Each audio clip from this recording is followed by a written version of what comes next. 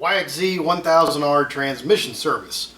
First thing you need to do is remove the center skid plate.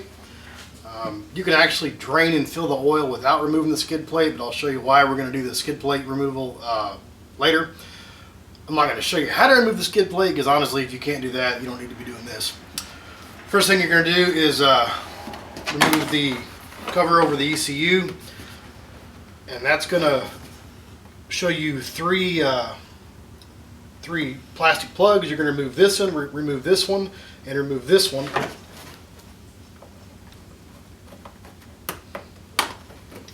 Once you get this one out, you can lift this up, and there's two more plugs that have to come out here. One here and one right here. And then there are three bolts that have to come out, and that is this one, and one down here. Oh, and a plastic plug right here. Take all those out, and you can remove the passenger side tunnel housing. Now that we got the passenger side tunnel housing out, gives us access to the oil filler. Also, it's worth mentioning, I pulled my seat base out because I have aftermarket seats and I have to get to the thing. If you still got stock seats, you can just pull your seat pan out to get to everything. You don't have to actually pull the whole frame out. Either way, I'd have probably done it just for the ease of filming this.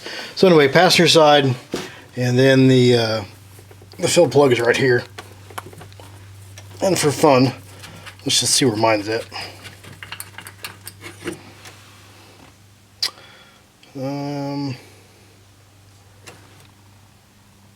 See, I'm good on oil. Nice. Okay, underneath the car now. This is the rear of the car. Here's the drain plug for the transmission. We've already got the filler plug taken out.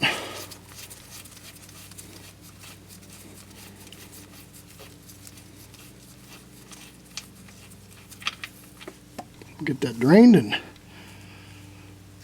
put it back in. Alright, it's all drained for all intents and purposes. Put the drain bolt back in.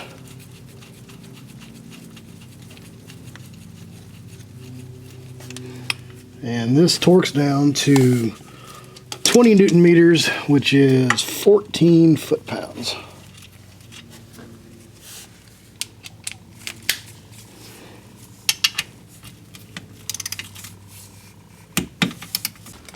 Okay, back into the car, and this is the reason we pulled off the skid plate. This is not in the service manual, don't ask me why, but it's in a supplemental, and it's a this little transmission strain screen. You pull this top bolt out, it's a 10 millimeter.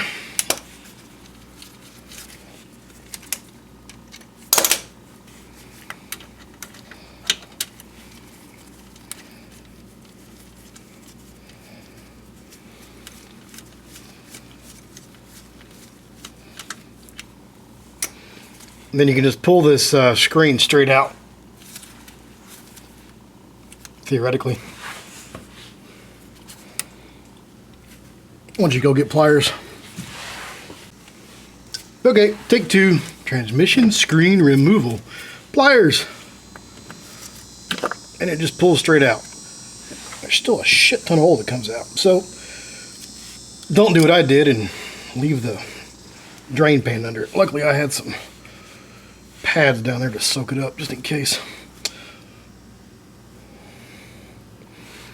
I don't know if this is going to come into focus. Let's see if we can do this. My screen, other than the dirt that it just got on it when it fell on the ground, it looks pretty good. I mean, there's not a whole lot in it. Anyway, I'll clean this up and reinstall it. Alright, going back in with the transmission screen. Gotta say, I'm pretty happy with with what it looked like. When my oil came out, it really didn't smell burnt. Certainly didn't look all that great, but it didn't smell burnt.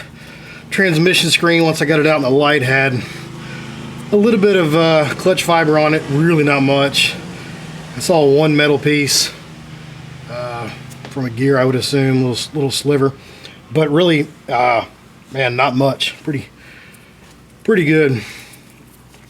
So Putting that screen back in, you have to give it a little bit of a twist. You want to make sure you don't pinch the O-ring that's on the end of it.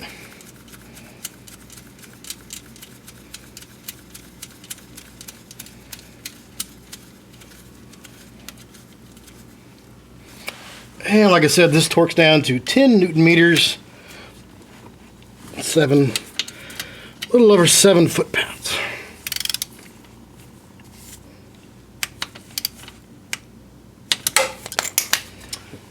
All right, I'll clean this rail up, all the oil I dumped all over it, and we can move on to filling it back up.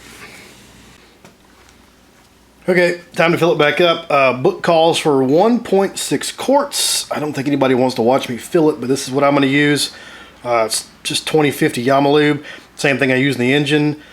Why do I use this? It's because it's what Alba sent me whenever I did the clutch kit, and I haven't had any trouble out of it. So I'm kind of going with, if it ain't broke, don't fix it. Judging by my change right here, I had probably about 1,000 miles on that oil change.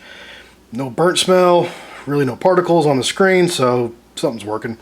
If you want to get into the oil debate, you can get on the forums and you can tell everybody why you're right and why they're wrong with the weight oil you use. Good luck with that. There's transmission oil change.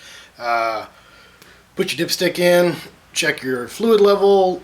The book says don't screw it all the way in, just dip it in, pull it back out, make sure it's within the cross hatches. I usually run mine down the road and back.